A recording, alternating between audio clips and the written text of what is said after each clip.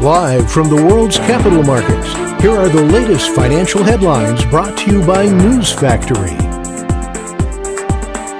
Hello and welcome to Wednesday's financial news. Stay with us for more market headlines.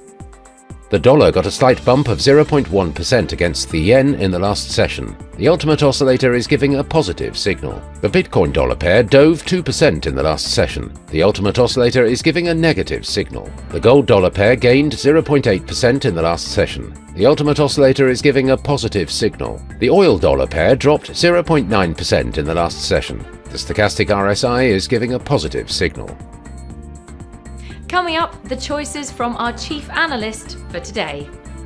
Oil prices settled lower after US data stoked concerns that US interest rates may stay high, but potential risks to supply from Middle East tensions and wildfires in Canada put a floor under prices. The dollar eased after an unexpected increase in US producer prices in April, amid strong gains in the cost of goods and services, indicating inflation remained stubbornly high in the second quarter. GME, an unofficial Solana meme coin parody of American gaming retailer GameStop, has surpassed $100 million in market capitalization, amid a trading frenzy of its namesake but unrelated entity.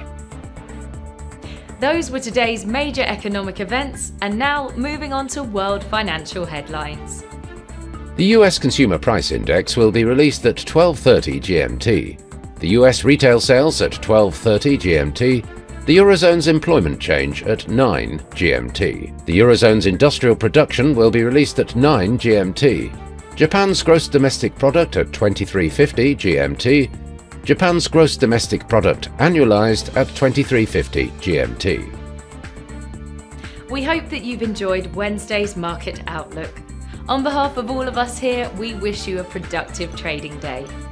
Be sure to join us tomorrow morning for the latest news and events from the financial markets.